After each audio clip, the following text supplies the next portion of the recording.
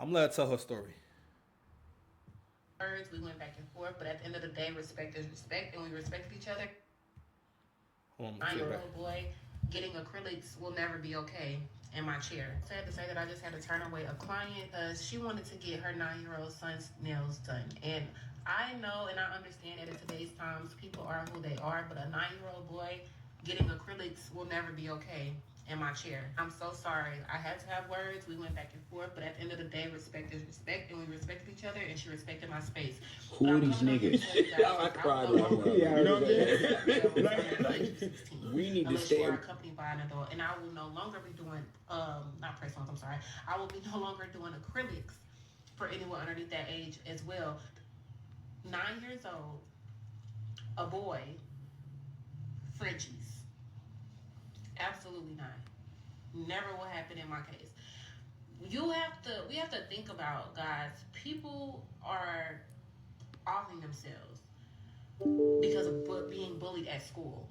If I put acrylics, because for some reason she just wasn't understanding this. If I put acrylics on your 9-year-old son's nails and he goes to school and he can't just rip those things off, it'll be a mess.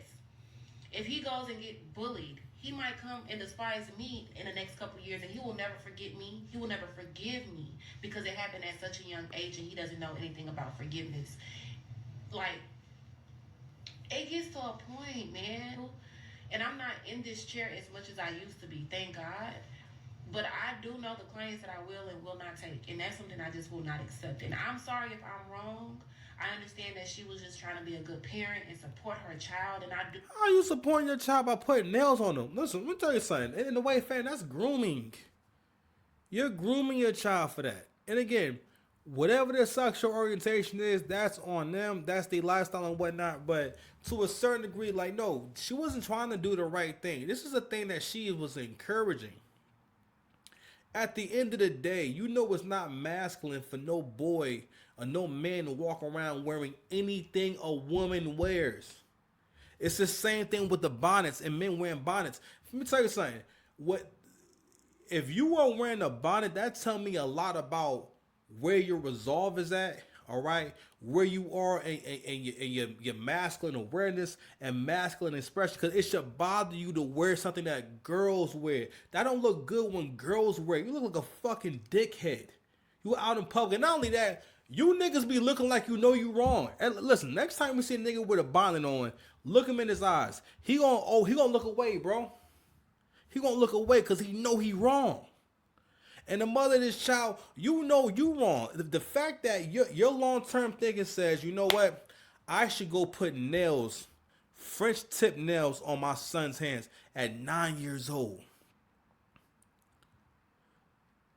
If he want to play with his nails and shit, I know the boys is painting their nails black and shit like that. He want to play with his nails. That's on that. I'm sorry, that's on them. But you taking that boy to get his nails done like a girl, you're not a good parent, because you're not really letting them arrive at that on their own and letting that be their identity on their own. That's another thing too. But like, when kids are at all queer, mothers do this, or queer or just different at all, mothers do this thing where it's again sabotage. If there's no man there, your mother's going to sabotage you. She's going to teach you things that are not helpful in the real world, right? Like we just seen with Blueface, right?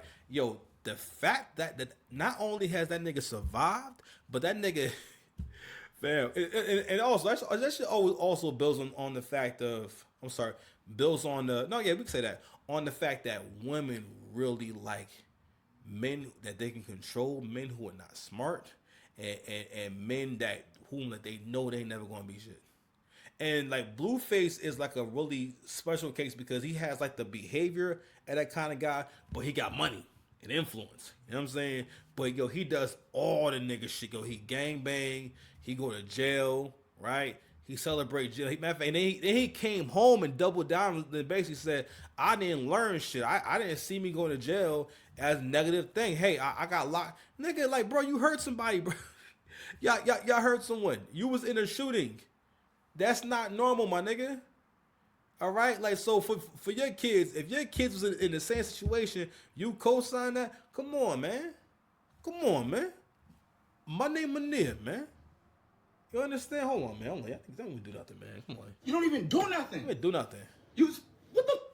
And also, again, with communication, what the young lady also wants to say is that shit is gay. I'm not doing that gay shit. I'm not saying anything wrong with being gay, but we have gotten to where like that has become a whole play for women. That's what I'm saying. It's crazy how influence works. Even having proximity to someone can influence them. They can influence you, right? And I feel like a lot of things just start with one person seeing one person do something. Like, for example, if you're in a supermarket these days, somehow all throughout the nation, people have decided from now on they're going to drag the cart from the front, and then which in turn makes them move way slower, right? Then they take up 2 lanes of traffic in the supermarket, and it just creates it's just a big fucking mess. You know what I mean? And then on top of that, again, you have to move around them and shit. They move because they don't realize they're moving slower, and they're constantly looking behind them doing this. I'm like, my nigga, how about you just push the shit then, nigga? But one person saw someone do that stupid shit, and now they're all doing it, right? So I really feel like one parent or one person saw a crazy parent who was actually just going in the sabotage mode. Because the thing is also too, when it comes to like this expression, if they are queer, right? I'm not going down the road of like, yo, you're gonna burn in hell or nothing like that. But at the same time, the Nail Tech made an interesting point about this is a person coming of age, and they have to go to school and interact with other kids, and you're making that child a target. And that person, that child, if they have acrylic nails on, they can't just remove them; they're glued on.